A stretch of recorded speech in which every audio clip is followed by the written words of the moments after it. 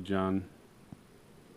Just want to do a quick review on our Master Forge charcoal grill we bought at Lowe's over Memorial Day weekend for $179. It was on sale. There were other families there buying them, so we figured might want to grab it while we could. We were in the market for a gas grill, but I said, you know what, there's our gas grill. It rusted and rotted, and I said, let's try charcoal for a change. And I'm glad we did, because out of 5 stars, I give this particular grill 5 stars.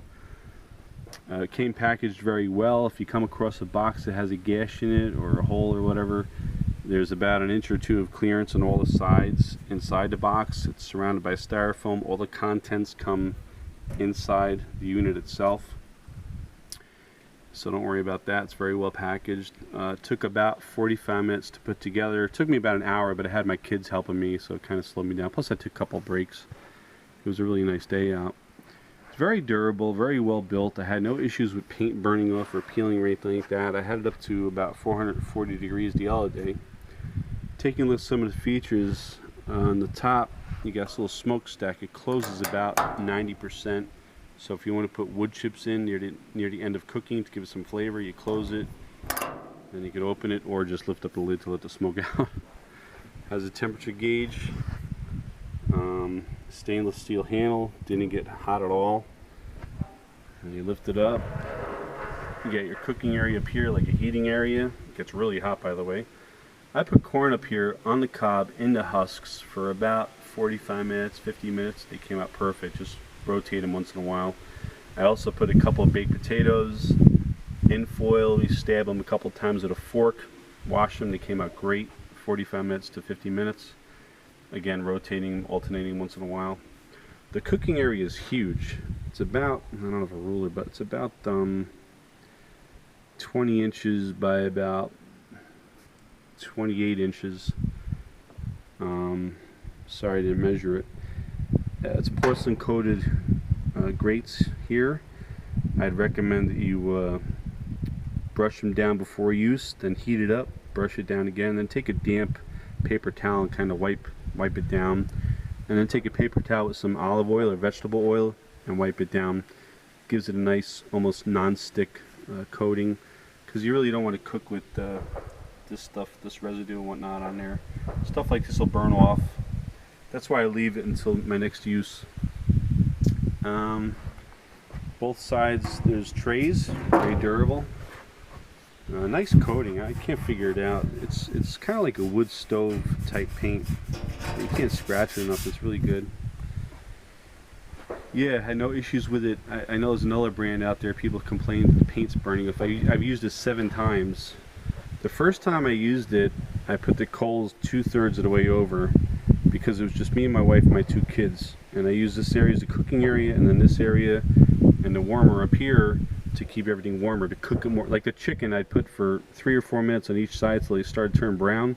Then I moved them over to cook thoroughly over here for about 45 minutes. It came out great, really juicy, nice flavor. This handle here allows you to crank up and down the charcoals. So if you want to sear something, you can crank it up, get it really close, get it hot, put your steak there or whatever, fish, let it sit 2 minutes, flip it over, and then lower the coals or move it to a heating area to cook a little more thorough, unless you like it really rare.